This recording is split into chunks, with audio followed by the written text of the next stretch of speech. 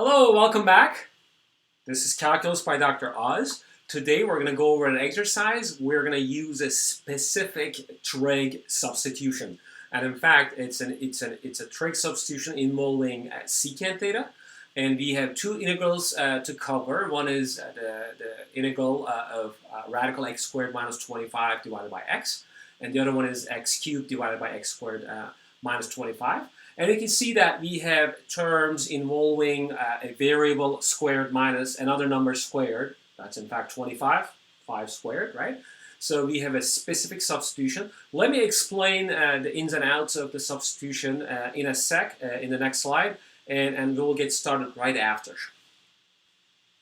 And here we go. So whenever we have integrals involving a variable squared minus a number squared, we use a substitution called u equals a secant theta, and from that you can get secant theta to be u over a, and right after you have that substitution, or you have any trig substitution, you must have a right triangle coming along with that, and I place theta right over there, and I have secant theta given as u over a, so that's hypotenuse divided by the side here. Right, and this side next to me is found by the Pythagorean identity. So it's the radical of the hypotenuse squared minus the other side squared. So once you have this set up and you convert integral or integrand into something really easy, because originally you had radical u squared minus a squared. That's a bad term to start with. But after this substitution, you will be able to get rid of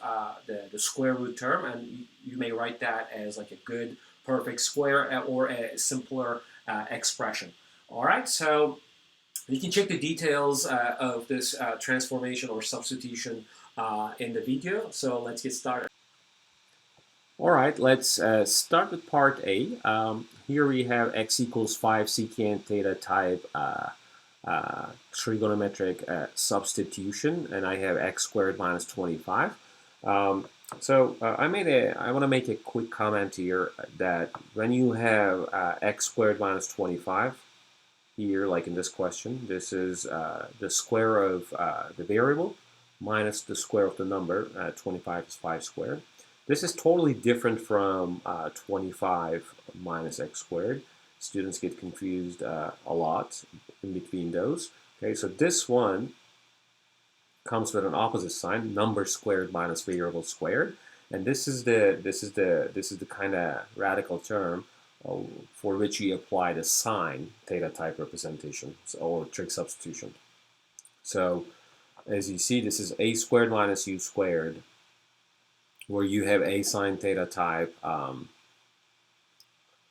trig substitution versus I have u squared minus a squared in the radical, and I have a times secant theta type trig substitution, which is the case we have in part A and even B. Okay, so for this full exercise. Okay, so what is exactly u squared minus a squared? So u squared is a squared secant squared theta, and this is already a squared. And if you pull out a squared, okay, what do you have? Secant squared theta minus 1. So you can go back and check one of the Pythagorean identities, so that the last one is more applicable here. So secant squared theta minus 1 can be replaced by tangent squared theta. Okay, so go back here and then replace this whole term here by tan squared theta. So this way I can write the radical u squared minus a squared as a tan theta, because it's now a perfect, the inside of the radical is a perfect square. And that's the whole idea. That's how you get rid of the radical terms of this sort. Difference of squares, but the very first term is a variable, and the second term is a number. Okay, and this right triangle serves the purpose here. You can see right from this trig substitution that secant theta equals u over a, and secant theta is hypotenuse divided by adjacent. Here we go. If you place theta here, okay, so hypotenuse is here, adjacent is here. And the other side is the radical of hypotenuse squared minus adjacent squared. There you go. That follows from the Pythagorean theorem. Okay? And we generally make use of this triangle at the end when we have the back substitution. All right. So let's go back to this exercise part A. So then I'm going to rewrite this substitution here. So x equals 5 secant theta. So all I need here is the differential x, which is the derivative of 5 secant theta times d theta. And it's better for you to have the derivatives formula card if you don't recall the derivative of secant. So it's 5 secant theta tan theta d theta. Okay. So here secant theta equals x over 5. And as I told you earlier, I'm going to have my own triangle here, own right triangle here, in fact. Okay. So I'm going to place theta here. And secant is hypotenuse divided by adjacent. Here we go. And the other side here is again following from the Pythagorean theorem. Okay. And in fact, let me just write what x squared minus 25 in this case. So it's 5 secant 25 secant squared theta minus 25. And that is 25 tan squared theta by using the identity here. Okay?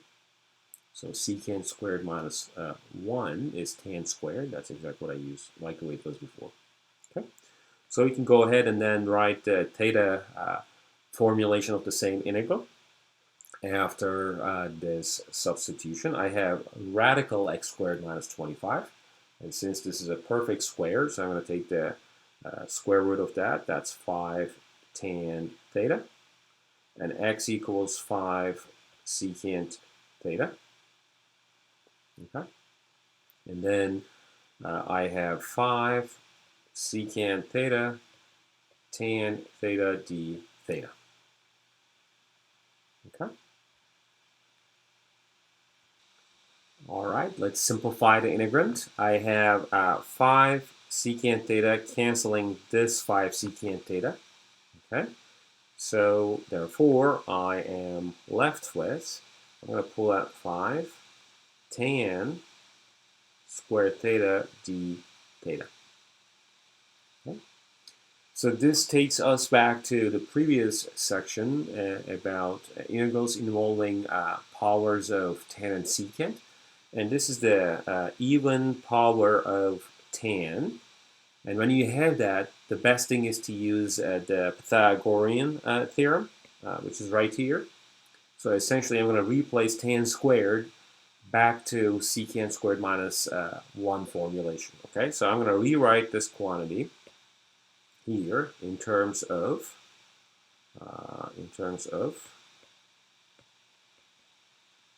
5. Okay, secant squared theta minus 1. Let's just put the integral sign here. Okay, and d theta. Okay. And the good news is that we know what the antiderivative of secant squared theta is. It's one of the basic integration rules we discussed earlier, that secant squared u has the antiderivative tan u. There you go. So I can go back and write this as 5 tan theta minus, well, I'm going to also integrate 1 over there, and here I have theta d theta, so I have minus theta plus c. Okay? So now I need to have the back substitution. So let me just erase this part all the way, so we can continue from there. Okay. All right. There we go. So I have 5. I need tan theta. So this is something I'm going to read out from the right triangle. Tan is opposite divided by adjacent. So that takes me to x squared minus 25 divided by 5. Okay. and then I need theta. Okay, so remember that we had x equals 5 secant theta, and secant theta equals x over 5. Okay. All right. So I need theta alone. So that is in fact equal to secant inverse x over 5. Okay, that's how you read secant theta equals x over 5 in terms of the inverse secant, which is arc secant if you want to go, if you want to write it that way. So plus c.